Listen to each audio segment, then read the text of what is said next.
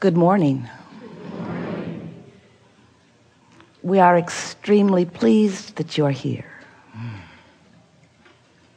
It is good to come together for the purpose of co-creating. Do you agree? Yes. You do. Yeah, you do.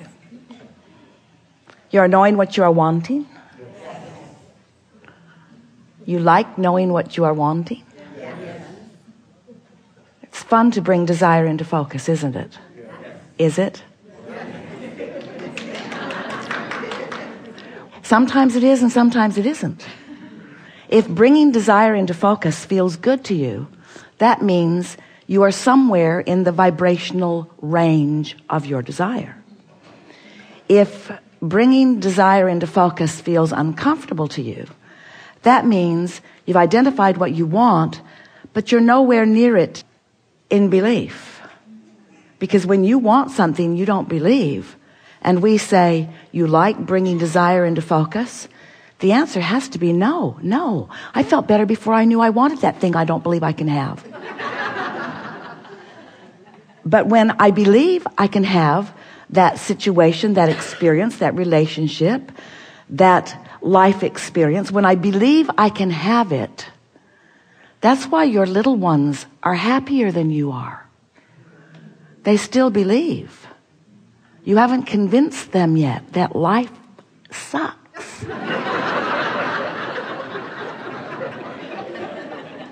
You say things to them like, oh, you'll get it in time. Later on, you'll understand. But we want, and they do too, we want to restore you to your pre-birth and shortly after birth understanding that you can have whatever it is that your life helps you to define that you want. You can have it. You can be it. You can do it. You can experience it. Law of attraction will bring it to you. But you have to be a vibrational match to what you want. You cannot be a vibrational match to its opposite. So if your belief is one of doubt, you are a vibrational match to the opposite of what you want. Don't you find that fascinating? My belief does not match my desire. Now, when you think about it from the standpoint of what you've been hearing from us for a while, my belief simply does not match my desire. Doesn't that sound silly to you? My belief doesn't match my desire. Well, why not? Well, because I'm really smart and I've been observing what is. And I've been observing what I've been living, and what I've been living doesn't match what I want to live, and therefore my belief, which is based upon what I've been living, doesn't match my desire.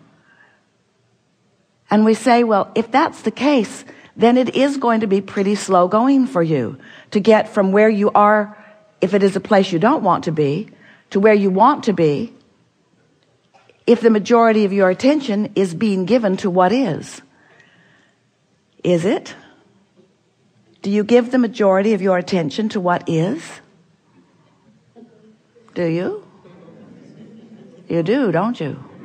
You know you do. You know you do, because you are so good at observing. Your observation, your acknowledgement of reality, the reality that exists. And most humans would say anyone who's wise would give their attention to reality. We don't want to be delusional. We don't want to not face reality. So haven't we learned right from those who have taught us? Shouldn't we face reality? And we say, by all means, if you like it, by all means, if the reality is such that you want to perpetuate more of it, if there are things... Didn't you used to be taller?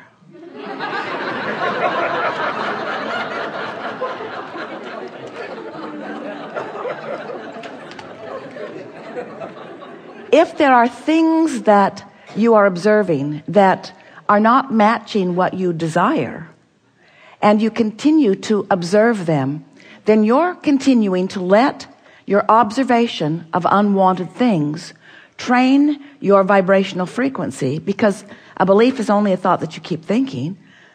A thought is only a point of focus.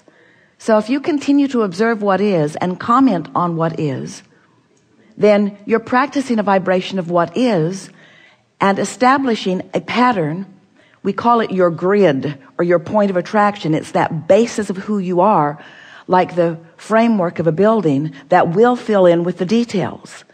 So if you're focusing upon what is primarily, and what is pretty good, then your point of attraction is pretty good, and you continue to attract more that is pretty good. But if you're focusing upon something really unwanted, and it's easy to do because you live in a world where there are experts who will scour your planet for unwanted things. Groups of them with cameras. And then they dramatize them with music. And they bring them to you as facts, factual evidence of what is. And you say, I need to be an informed citizen. I need to know what's happening in my world. Therefore, I will study with excruciating discipline the facts of this world. And we say, as you weigh the pros and cons, you practice a vibration of wanted and unwanted. As you examine the pluses and the minuses, you practice a vibration of wanted and unwanted.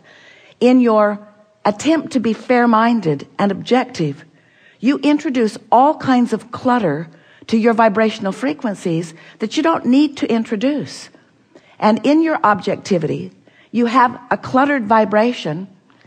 Most everybody around you has the same. And so most of you live lives of not much excellence, but rather of mediocrity, because you're practicing your vibration. You say, I want it, but. So your desire is canceled by your doubt about it. And then you measure yourselves against others who are doing the same. So we have to say to you, friends, your standards are low. Your vibrational standards are quite low. We want you to insist on a greater standard of vibrational excellence for yourself, which will not only clarify your vibrational patterns, and it will not only bring to you more wanted in a quicker fashion, but while it's on the way, you'll feel so much better, because how you feel is always simply an indicator of your mixture of pros and cons. That's all it is. Pluses and minuses, wanted and unwanted, beliefs and doubts, desires and don't believes, or desires and beliefs.